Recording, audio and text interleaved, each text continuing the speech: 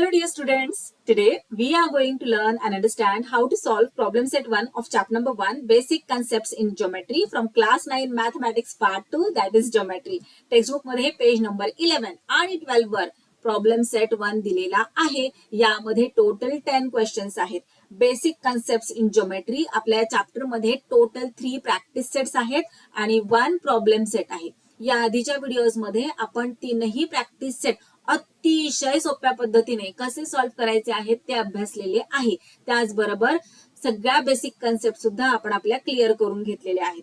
ज्या मुलांनी ते व्हिडिओज पाहिलेले नाहीत त्यांना मी सांगेन की आधी ते व्हिडिओज पाहून घ्या, त्यामुळे तुमचे बेसिक्स क्लिअर होणार आहेत. आणि तुम्हाला तर माहितच आहे, when basics are clear there is nothing to fear. हो ना, एक्झाम मध्ये या टॉपिकवर आधारित कोणत्याही टाईपचा क्वेश्चन आला तर तुम्हाला तो सॉल्व्ह करता येणार आहे इझिली, कारण तुमचे बेसिक्स क्लिअर असणार आहेत. चला, मी आता असं अज्युम करते की तुम्ही ते सगळे व्हिडिओज पाहिलेले आहेत आणि आता आपण हा प्रॉब्लेम सेट 1 सॉल्व्ह करायला घेऊया. सो प्रॉब्लेम सेट 1 मधील फर्स्ट क्वेश्चन आहे, select the correct alternative from the answers of the questions given below. 5 sub questions आहेत. या क्वेश्चन्स मध्ये आपल्याला करेक्ट अल्टरनेटिव्ह चूज करायचे. हे पहा, प्रत्येक क्वेश्चन मध्ये 4 ऑप्शन्स दिलेले आहेत. हो ना, सो करेक्ट ऑप्शन चूज करायचे. चला, फर्स्ट क्वेश्चन पाहूयात. How many mid points does a segment have? एका सेगमेंट मध्ये किती मिड पॉइंट्स असतात?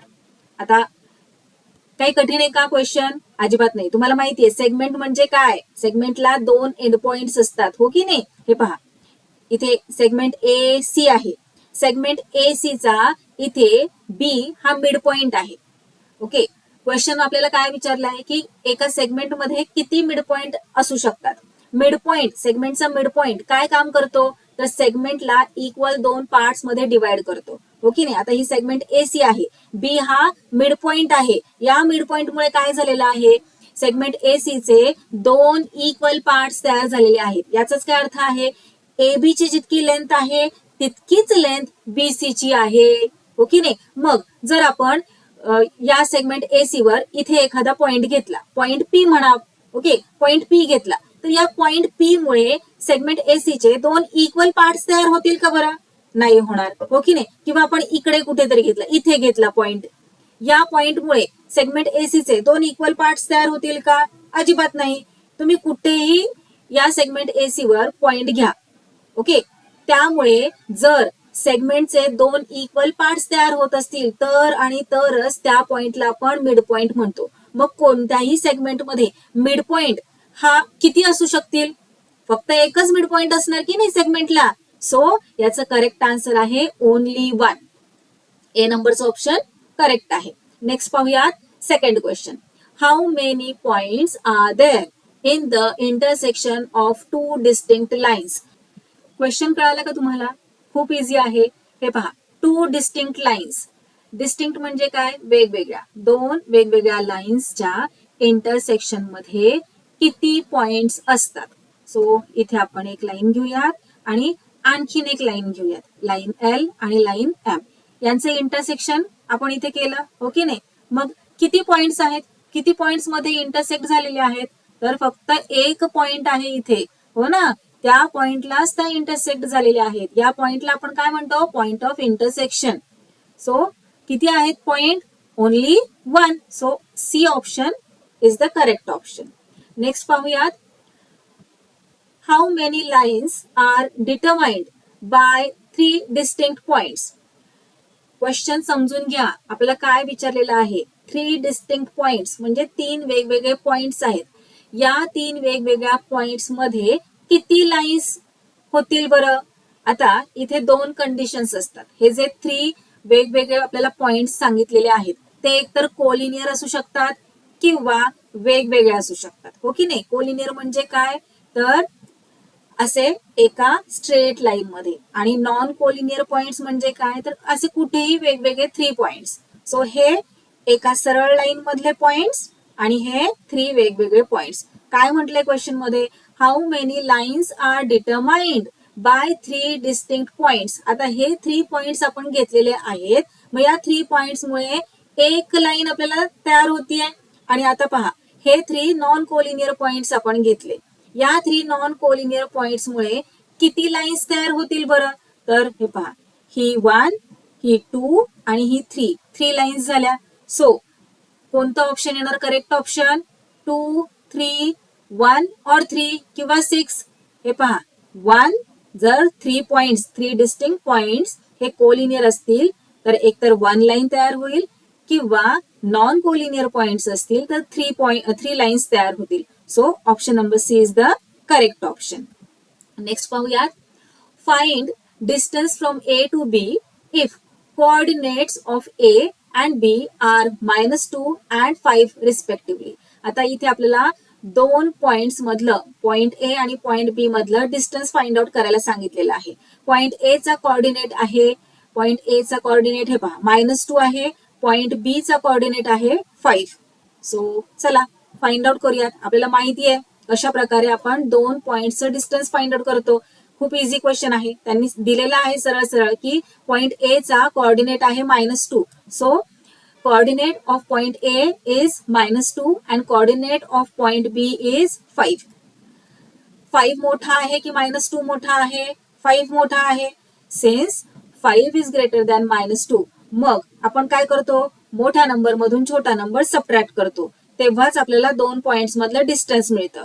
So distance from A to B is equal to काय करावं लागेल? 5 मधून -2 मायनस करावं लागेल. सो हे पहा नेक्स्ट स्टेप मध्ये 5 तर ऍज इट इज येईल, पण इथे मायनस इथे मायनस, दोन मायनस एकत्र येतात का? येत नाहीत ना. मग मायनस मायनस काय होतं? प्लस होतं. सो +2. 5 + 2 किती झाले? 7. सो पॉइंट ए आणि पॉइंट बी च्या मधलं डिस्टन्स आहे 7. कळालं? मग इथे option number C is the correct option. Next पाहूयात. If P Q R and distance from P to Q is 2, distance from P to R is 10, then find distance from Q to R. खूप easy आहे. हे पहा त्यांनी आपल्याला दिलेला आहे की Q हा बिटवीन पॉइंट आहे, हो की नाही? Q हा बिटवीन पॉइंट आहे.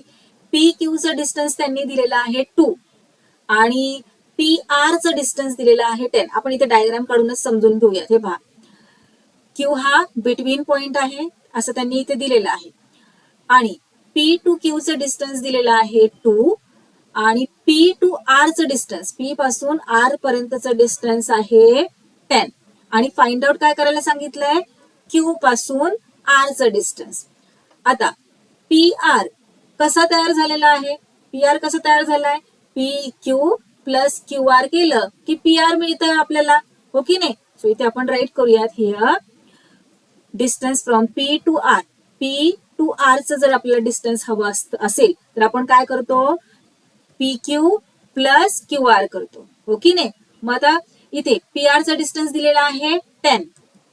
So is equal to PQ चं किती आहे? 2 आणि QR चं फाइंड आउट करायला सांगितलंय. So QR as it is write करूयात. आता QR चा डिस्टन्स फाइंड आउट करायचंय म्हणून या 2 ला आपण इक्वल टू च्या लेफ्ट हँड साईडला पाठवून देऊयात.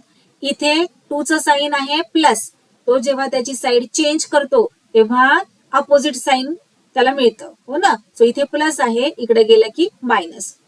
सो 10 ऑलरेडी लेफ्ट हँड साईडला आहे. So 10 as it is write करायचं आहे. -2 is equal to right hand साईडला काय राहिलं मग आता? Distance from Q to R. 10 मधून 2 गेले, किती राहिले? 8.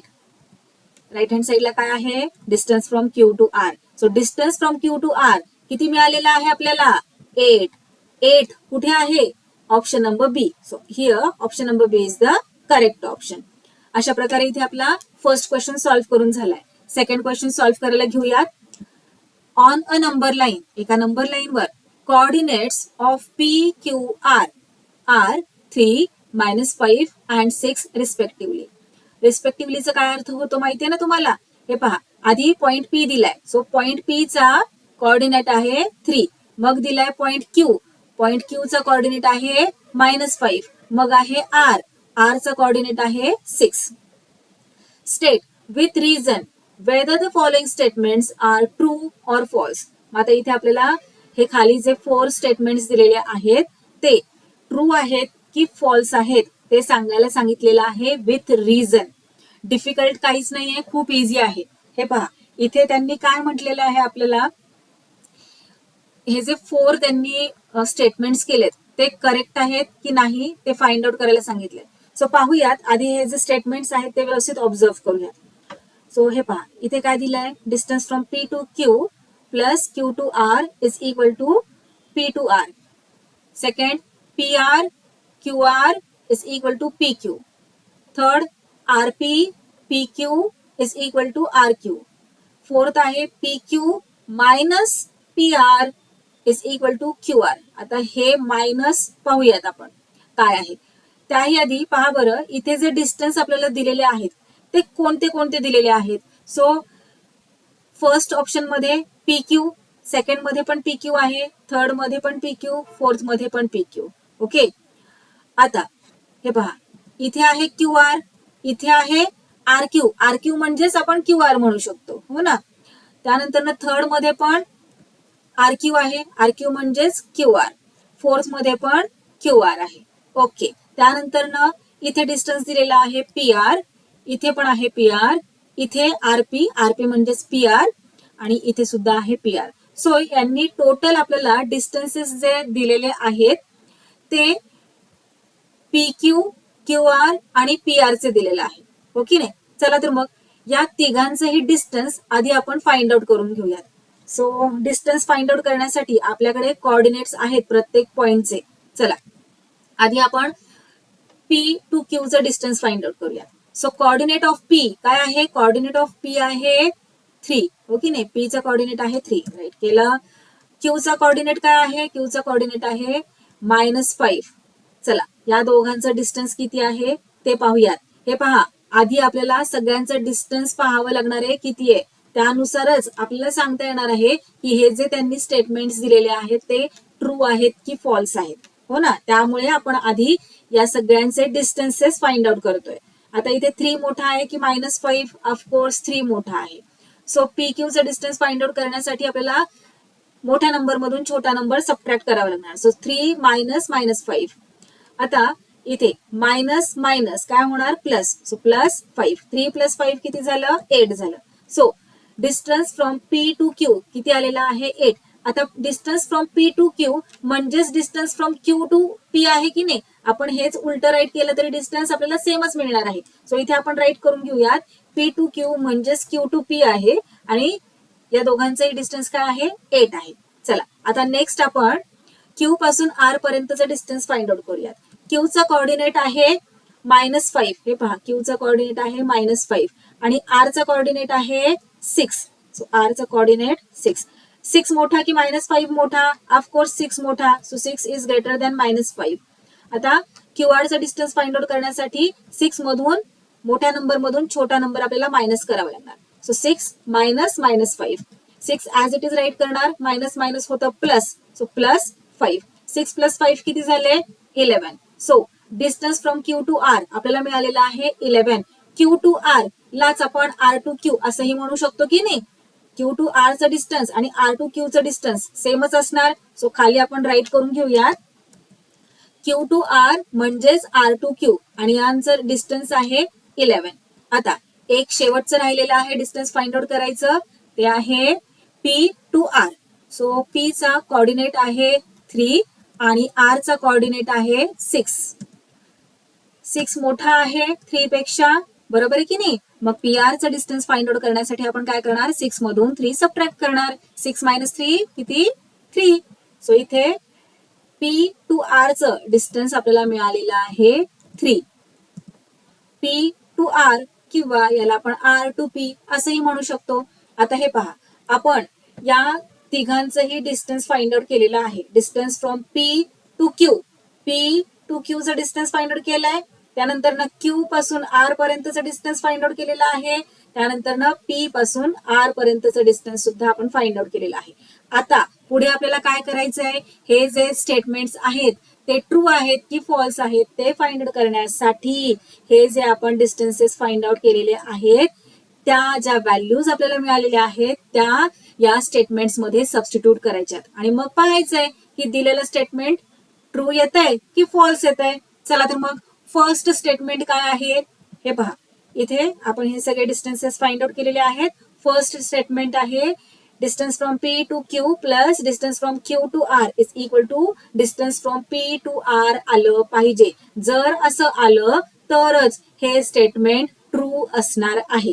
आता हे पहा, हे त्यांनी काय दिलेलं आहे बरं, P to Q plus Q to R केलंय.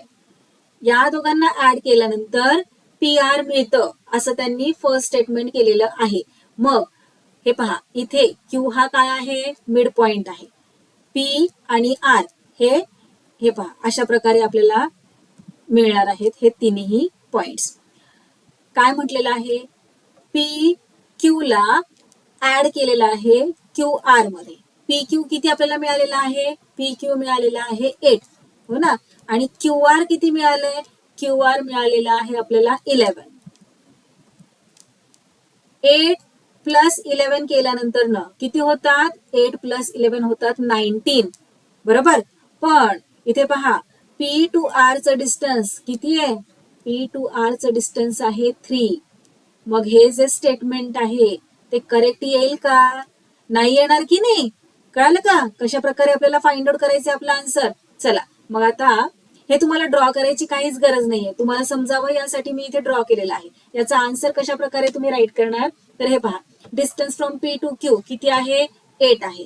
Q to R 11, so plus 11 is equal to P to R आहे 3. 8 प्लस 11 19 आणि इथे पी टू आर आहे 3. मग हे इक्वल आहे का, नाही. So 19 is not equal to 3.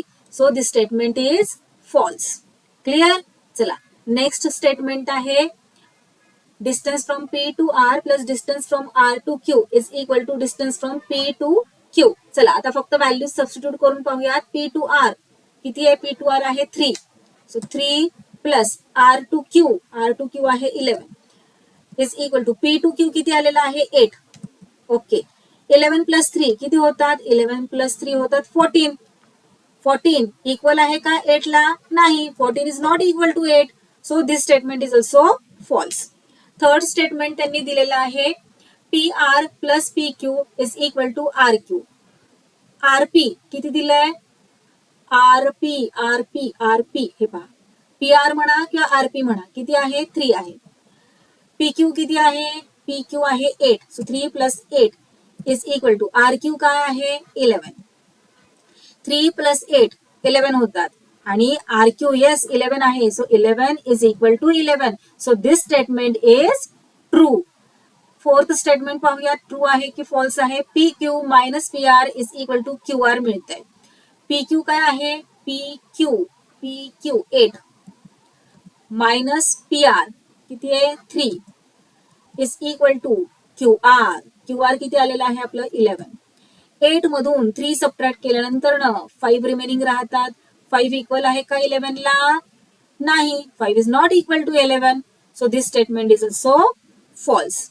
Easy आहे की नाही. सुरुवातीला उगाच तुम्हाला वाटत होतं की खूप डिफिकल्ट आहे. आपण काय केलं, जे जे डिस्टन्सेस दिलेले आहेत ते फाइंड आउट केले, हो की नाही. पी क्यूचं डिस्टन्स फाइंड आउट केलं किती असणार, कारण की त्यांनी कोऑर्डिनेट दिलेले आहेत पॉइंटचे, बरोबर. मग जे जे डिस्टन्सेस त्यांनी आपल्याला सांगितलेले आहेत ते आपण फाइंड आउट केले. दिलेल्या स्टेटमेंट्स मध्ये ते डिस्टन्सेस आपण सबस्टिट्यूट केले आणि मग फाइंड आउट केलं की दिलेलं स्टेटमेंट हे ट्रू आहे की फॉल्स आहे. चला नेक्स्ट पाहूयात. Question number 3. Coordinates of some pairs of points are given below. Hence, find the distance between each pair. खूप इझी क्वेश्चन आहे. काय दिलेलं आहे, काही पॉइंट्सचे इथे कोऑर्डिनेट्स त्यांनी ऑलरेडी दिलेले आहेत. डिस्टन्सेस फाइंड आउट करायला सांगितले. पॉइंट्सची नावं त्यांनी आपल्याला दिलेली नाहीत. मग आपण फर्स्ट पॉइंट आणि सेकंड पॉइंट असं म्हणूयात आणि डिस्टन्स फाइंड आउट करूयात. चला फर्स्ट दिलेला आहे 3 आणि 6. सो फर्स्ट पॉइंटचा कोऑर्डिनेट आहे 3, सेकंड पॉइंटचा कोऑर्डिनेट आहे 6. कशा प्रकारे राईट करायचं आहे, coordinate of first point is 3. कारण त्यांनी पॉइंटचं नाव दिलेलं नाहीये ना, फक्त म्हटलंय की pair of points. So 2 points आहेत. मग फर्स्ट पॉइंट 3 आणि सेकंड पॉइंट 6 फर्स्ट क्वेश्चन मध्ये. आता 3 मोठा आहे की 6, ऑफकोर्स 6, हो की नाही. मग आपल्याला डिस्टन्स फाइंड आउट करण्यासाठी काय करावं लागेल, मोठ्या नंबर मधून छोटा नंबर सबट्रॅक्ट करावा लागेल. So distance between the points is equal to 6 minus 3. किती 3. किती आला आपला आन्सर 3. चला नेक्स्ट पाहूयात.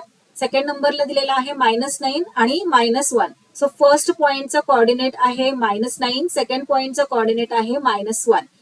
मला आता सांगा कोणता नंबर मोठा आहे? दोन्हीही निगेटिव्ह नंबर्स आहेत. मग अशा वेळी हा -1 हा मोठा नंबर असतो. लगेच नंबर लाईन आठवायची, डोळ्यासमोर लगेच नंबर लाईन आली पाहिजे. Okay, so -1 is greater than -9. आपल्याला फाइंड आउट करायचं डिस्टन्स. मोठा नंबर मधून छोटा नंबर सबट्रॅक्ट करूयात. आता हे पहा, -1 तर ऍज इट इज येणार, पण हे मायनस आणि हे मायनस, सो मायनस मायनस काय होतं? प्लस. +9. इथे मायनस आहे, इथे प्लस आहे. मायनस प्लस सबट्रॅक्शन करावं लागतं. मोठ्या नंबर मधून छोटा नंबर सबट्रॅक्ट करायचा. 9 - 1 किती झाले? 8. आणि साइन कोणतं द्यायचं? मोठ्या नंबरचं. मोठा नंबर इथे 9 आहे, सो त्याचं साइन आहे प्लस. सो +8 येणार इथे आन्सर. प्लस साइन नाही दिलं तरीही चालतं. चला नेक्स्ट पाहूयात. -4 and 5. So coordinate of first point is -4 and coordinate of second point is 5. Since 5 is greater than -4, here we have to subtract small number from big number to find distance between the points. So 5 minus -4. 5 as it is येणार, minus minus plus होतं, so +4. 5 + 4 9. So इथे या दोन पॉइंट्सचं distance किती आलेला आहे? 9. Next पाहूयात. 4 नंबरला दिलेला आहे 0 आणि -2. So coordinate of first point is 0 and coordinate of second point is -2. 0 मोठा आहे की -2 मोठा आहे? चुकून सुद्धा जर तुम्ही म्हटलात की -2 मोठा आहे तर बघा तिथे येऊन मारणार मी तुम्हाला. इथे 0 मोठा आहे, -2 छोटा नंबर आहे. सो चला मोठा नंबर मधून छोटा नंबर आपल्याला सबट्रॅक्ट करायचा आहे. 0 मोठा आहे -2 पेक्षा, सो 0 - -2. 0 ऍज इट इज येणार, मायनस मायनस होणार प्लस, सो +2. 0 + 2 किती झाले? 2. आलं लक्षात? सो फोर्थ सब क्वेश्चनचा आन्सर आहे 2. 0 आणि -2 च्या मधलं डिस्टन्स आहे 2 युनिट्स. चला नेक्स्ट पाहूयात. आता हा 5th नंबरचा क्वेश्चन तुम्हाला डिफिकल्ट वाटू शकतो, कारण थोडंसं वेगळं आलं ना काहीतरी. थोडं वेगळं आलं की तुम्ही गडबडून जाता आणि जे येतंय ते पण विसरून जाता. असं अजिबात करायचं नाही. तुम्हाला जे येतंय ते लक्षात ठेवायचंय, ते वापरायचंय. तुम्ही खूप हुशार आहात, तुम्हाला माहितीये की कशा प्रकारे तुमचा आन्सर फाइंड आउट करायचंय. म्हणून थोडा काही वेगळा वर्ड आला किंवा थोडं काही वेगळं आलं की लगेच गडबडून जायचं नाही. आता हे पहा, इथे आपल्याला कोऑर्डिनेट फर्स्ट पॉइंटचा दिलेला आहे x+3 आणि सेकंड पॉइंटचा कोऑर्डिनेट आहे x-3. आता x+3 मोठा की x-3 मोठा? ऑफकोर्स हा पॉझिटिव्ह नंबर आहे की नाही? पॉझिटिव्ह आहे. हे नेगेटिव्ह आहे, मग पॉझिटिव्ह नेहमी मोठं असतं. So x+3 is greater than x-3. Okay, मग आता आपल्याला काय करावं लागेल? यामधून हे सबट्रॅक्ट करावं लागेल. So let's subtract x+3 minus x-3. आता x+3 तर ऍज इट इज खाली येणार, कारण हे पहा इथे कोणतंच साईन नाही, प्लस आहे की नाही? एक्सच्या आधी कोणतंच साईन नाही म्हणजे प्लस आहे. So x+3. आता पुढे इथे मायनसचं साईन आहे आणि एक्सचं साईन काय आहे? एक्सचं साईन प्लस आहे की नाही इथे? सो मायनस प्लस काय होतं? मायनस, बरोबर. आता इथे हे मायनसचं साईन आहे आणि 3चं साईन काय आहे? मायनस. सो मायनस मायनस काय होणार? प्लस होणार, हो की नाही? सो इथे मायनसचं साईन पुढे एक्स आणि हे मायनस मायनस प्लस होणार आणि हा 3 येणार खाली. इथे कळालं कशा प्रकारे आपण सॉल्व्ह केलेलं आहे? इथेच गडबड करता, बाकी तुम्हाला सगळं येतं. हे पहा इथे आपण काय केलं मी पुन्हा एकदा सांगते. आपल्याला मोठ्या नंबर मधून छोटा नंबर सबट्रॅक्ट करायचा आहे, बरोबर. सो आपण x+3 मायनस x-3 घेतलं. आता इथे ब्रॅकेटच्या बाहेर आपल्याला हे राईट करायचंय. So x+3 as it is write केलं. हे मायनसचं साईन, हो की नाही? आणि एक्सचं साईन इथे काय दिलेलं आहे? एक्सचं साईन मायनस आहे का?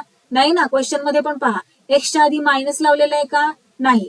एक्सच्या आधी कोणतंच साईन नाहीये. एक्सच्या आधी कोणतंच साईन नाही म्हणजे प्लस साईन आहे, हो की नाही? मग हे इथे मायनस आणि एक्सचं sign plus. So minus plus काय होणार? मायनस आणि एक्स. त्यानंतर इथे मायनसचं साईन आणि 3चं साईन काय आहे? मायनस आहे, म्हणून मायनस मायनस प्लस होणार आणि हा 3. क्लिअर. चला आता हे पहा, एक्सचं साईन प्लस, या एक्सचं sign minus, X minus X काय होणार 0. सो एक्स एक्स इथेच कट करून टाकूयात. आता हे पहा 3 प्लस 3, इथे प्लस साईन इथे प्लस साईन, म्हणून 3 प्लस 3 6. सो इथे किती डिस्टन्स आलेला आहे 6. कळालं. चला नेक्स्ट पाहूयात. Now here coordinate of first point is -25 and coordinate of second point is -47. कोणता नंबर मोठा आहे, -25 की -47? ऑफकोर्स -25 है ना. So -25 is greater than -47.